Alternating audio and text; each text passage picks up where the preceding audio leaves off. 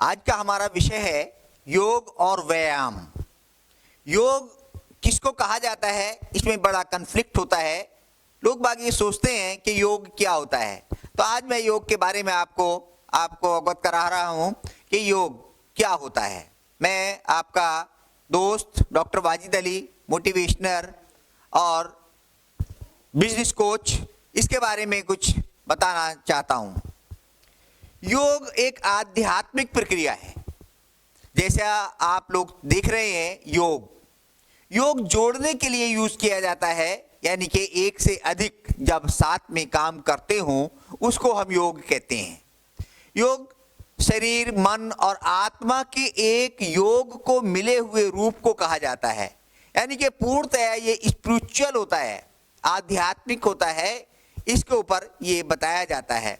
इसमें योग के सामान्यतः कितने प्रकार होते हैं, तो सामान्यतः इसके 4 प्रकार होते हैं, जैसे राजसी योग, कर्म योग, भक्ति योग और ज्ञान योग। राजसी योग किसको कहा जाता है? राजसी योग में सामान्यतः 8 चीजें हमारे पास आती हैं, जिसमें सबसे पहले कोई भी हम काम करते हैं तो एक हमें शपथ लेनी होती है, एक हमें अपने अंदर एक उत्साह क्रिएट करना पड़ता है, एनकरेज बनाना पड़ता है। तो जब तक हम कोई भी काम करने के लिए किसी में शपथ के रूप में, प्रतिज्ञा के रूप में, प्लेज के रूप में हमें काम नहीं करते, तब तक वो उसके जो रिजल्ट्स बढ़िया नहीं आएंगे। सबसे पहले अपने आप से हमें कमिटमेंट करना पड़ता है। तो ये हमारा एक सबसे जो महत्वपूर्ण योग में, राजसी योग में कहलाता है, उसको हम कहते हैं प्लेज, यानी कि प्रतिज्ञा के रूप में हम इसको लें। नेक्स्ट हमारा आ जाता है इसके अंदर नियम, यानी कि अनुशासन। जब तक जिस चीज में हमारे अनुशासन नहीं होंगे तब तक हम जो है अच्छे उस पे नहीं जाते हैं। हमारा एक सेल्फ मोटिवेशन, सेल्फ डिसिप्लिन हमारे पास होना चाहिए, उसको हम जो है कहते हैं। नेक्स्ट हमारे पास आ जाते हैं आसन, जिसको हम कहते हैं मुद्राएं। तो मुद्राएं के ऊपर जो है हमें काम करना चाहिए कि कौन कौन सी मुद्राएं होती हैं।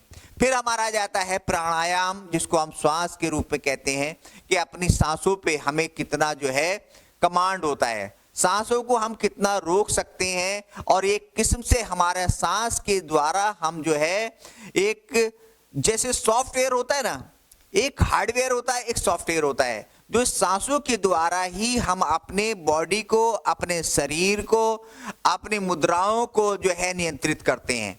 वो हमारा जो है वही कहलाता है सांसों के ऊपर नियंत्रण कर लेना, उतना ही वो हमारा जो है अच्छा कहलाता है।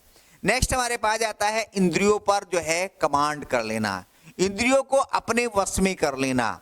जैसे हमारे पास इंद्रियां हैं, हर इंसान के पास होती हैं। आंखें हमारी जो है कई बार अच्छी चीजें भी देखती हैं, बुरी चीजें भी देखती हैं, और हमारे हाथ पैर अच्छे काम भी करते हैं, बुरे काम भी करते हैं। इन पर जब हम नियंत्रण कर लेते हैं तो ये हमारा राजसी योग का कहलाता है। इंद्रियों पर हमने पूर्णतया अधिकार कर लेना।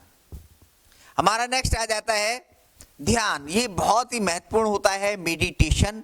मेडिटेशन यानी कि अपने ध्यान में हम जो है बिल्कुल लीन हो जाएं, अपने शरीर को, अपनी आत्मा को बिल्कुल अलग अलग रूप से हम बिल्कुल स्थूल कर दें, छोड़ दें, और वो मेडिटेशन हमारा कहलाता है। ध्यान जब होता है तो जहां पर हम कहते हैं कि हमारी ध्यान होता है, वहीं पर हमारी आंखें भी होती हैं, हमारे कान भी वहीं पे चले जाते हैं। ना हम देख सकते हैं उस टाइम पर, ना हम सुन सकते हैं। जब हमारा ध्यान, अगर जो मेडिटेट हम कर लेते हैं, और शरीर का मतलब क्या होता है कि रात में हम सोते हैं तो सोने में हम क्या करते हैं, आराम करते हैं। तो आराम करेंगे तो वो हमारी पूरी बॉडी को आराम मिल जाएगा। लेकिन मेडिटेशन में हम वही सारी चीज जो 4 घंटे हम सो करके, हम यहाँ पर 15 मिनट के अंदर बॉडी को और हमारे अपने मस्तिष्क को हम जो है आराम दे सकते हैं। नेक्स्ट हमारा सबसे लास्ट में आ जाता है समाधि, यानी कि अंतिम मुक्ति।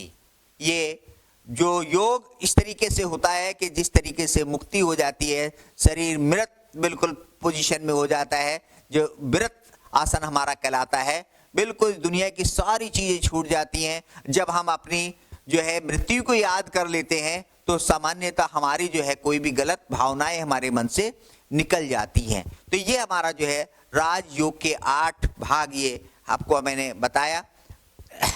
नेक्स्ट हमारा जो है सबसे महत्वपूर्ण योग हो जाता है कर्म योग। कर्म यानी कि काम जब तक हम नहीं करेंगे तो कोई भी नहीं होगा। हर कोई इस योग को करता है, बिना इस योग के करे कोई भी काम नहीं हो सकता है। कहने के लिए कहते हैं कि हम योग नहीं करते, लेकिन कर्म योग प्रत्येक व्यक्ति करता है। कर्म योग ही सेवा का मार्ग है। कर्म योग हमारा जो है एक सेवा का मार्ग होता है। कर्म योग का ही सिद्धांत है जो कि आज अनुभव करते हैं वह कार्य भूतकाल में बदल जाता है। आज का जो भी काम किया जाता है नेक्स्ट डे यानी कि वही हमारा जो है पास्ट में चला जाता है। नेक्स्ट हमारा आ जाता है भक्ति योग। भक्ति योग हमारा जो है किसी भी प्रकार की अपनी शांति बनाए रखने के लिए किसी भी धर्म में, हर धर्मों में एक किस्म से एक सेल्फ सेटिस्फैक्शन के लिए भक्ति, अर्चना, पूजा, नमाज, ये सारी चीजें आती हैं। तो हर इंसान इसको करता है, भक्ति योग कहलाता है, उसके ऊपर हमें काम करना होता है। नेक्स्ट हमारा आ जाता है ज्ञान योग। ज्ञान हमारा एक कोई इसकी सीमा नहीं होती है। ज्ञान रोजाना हम प्राप्त करते हैं, छोटों से बड़े से साथियों से सबसे हम ज्ञान प्राप्त करते हैं, वो भी एक योग कहलाता है। तो 4 योग ये है, आप अपनी लाइफ में इसको जो है उतारिए। करते सब कुछ हैं, एक सिस्टम से कीजिएगा। जैसे योग एक धर्म से जोड़ा जा रहा है, लेकिन जबकि योग का कोई धर्म से कोई मतलब नहीं है।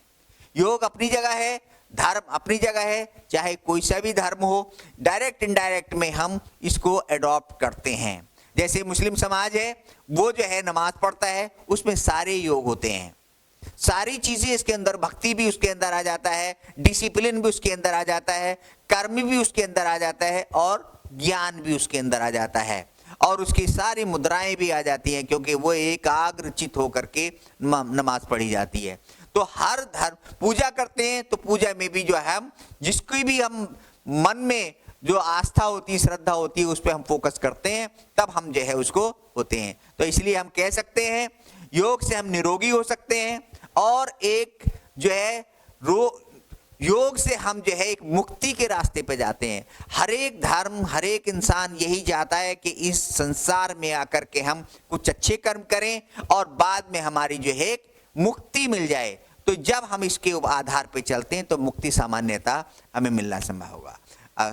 थैंक यू सो मच, आप लोगों ने इसको जो है बड़े ध्यान से सुना, और मैं जहाँ तक समझता हूँ कि आप लोग इसको अडॉप्ट करेंगे और इसको फॉलो करेंगे, आपको भविष्य में लाभ होगा। Thank you.